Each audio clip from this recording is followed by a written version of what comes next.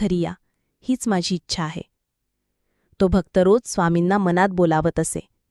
त्याचं भक्तिभाव पाहून स्वामी महाराज एक दिवस अचानक उठले आणि म्हणाले, चला, आपल्याला आपल्या भक्ताच्या घरी जायचं आहे.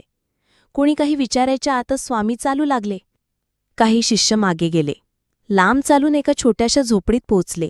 तो भक्त झोपडीत नव्हता, शेतात गेला होता.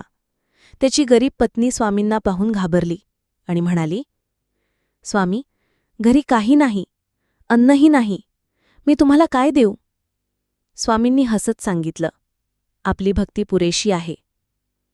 स्वामी बसले आणि त्या घरात अचानक प्रसन्नता निर्माण झाली. शिष्यांपैकी एकाने जवळच्याच गावातून अन्न आणलं. स्वामींनी ते अन्न सर्वांना वाटून दिलं. त्या भक्ताला जेव्हा समजलं की स्वामी त्याच्या घरी आले होते, तो धावत आला. त्यांच्या पायाशी लोळण घेतली. डोळ्यातून अश्रू थांबत नव्हते.